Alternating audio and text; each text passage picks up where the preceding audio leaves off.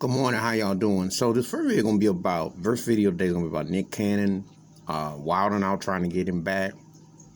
And it's pretty significant because when Nick Cannon had Professor Griff on his show and he spoke out against whites and Jews and how they control things and the racism and institutionalism, etc., they whiteballed him. They got him up out of there. They took all away sponsorship. They said, you can't say this, you can't do this, and this and that and the other. So since consequently they had him go around with a rabbi, they've had him crawling, trying to be all appeasable and apologetic and everything, and then also he's even gone so far as to like men's rooms with Eminem, which the bottom line is this: you can respect somebody's talent, you just ain't got to think a lot of them. But for my money, Eminem has always been overrated. He's decent. I mean, he can spit, and he got some good. His cadence is tight, and he gets a couple of disses here and there. But he's been like a 1-2 trick pony most of his career. But he went, But that's whatever. He chooses to. I don't trust Eminem. I still think he's racist, and I still think that he's trash. He's a decent rapper, though. Good, not great. Good. Got a lot over because of his skin. But anyway, Nick Cannon has been on this tour to have to like try to rewrite his image to the massa on the plantation in Hollywood. But bottom line is, Wild 'N Out is now worth $1 billion. It's a huge asset to MTV Enterprises. This is another example of how a black man does big business for MTV, and they just want to give him scrapes and bits. Remember, Michael Jackson put MTV on the map with his videos and the whole nine with the making of this and that and the other. And you saw how they did him.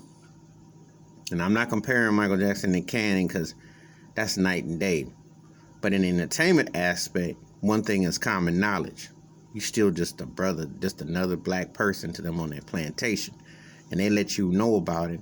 The first time they see something you don't do right or don't want right, that's how they let you know how they feel about you. And Nick is getting the cold end, short end of the stick. Negotiate for what? What they should be doing is give him half his ownership. And if they want to party with him, they should give him $500 million. Or give an opportunity to buy a stake. Sell him properly and buy a stake. Instead, they acting like, since you didn't have no contract with him, what have you, or didn't have your ownership, they're acting like, well, we need you to crawl and beg. They're basically, if they ain't doing it blatantly, they're pulling a casting couch for him to re-audition to get his own show.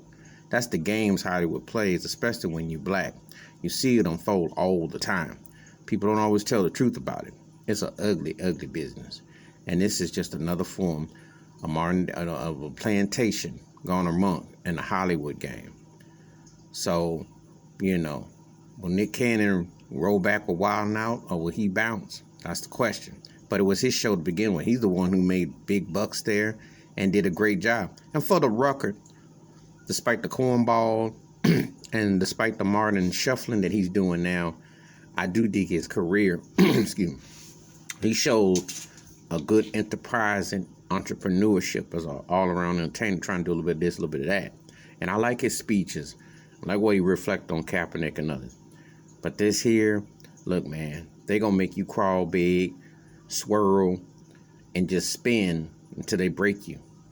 Just don't get buck broke by Hollywood. That's all I ever say. Anyway, that's my thoughts and takes about Nick Cannon and Wild 'N Out, the powers that be trying to reach back to him. Should he go back? Should he stay away? What you think? It was his show. Give me your thoughts, your takes. Hit the like, hit subscribe. And I welcome comments. Wash your hands. Keep your mind clear. Watch out for another. And if you don't do something, stand by it. Because regardless, that's your legacy. Don't tap dance. I'm out.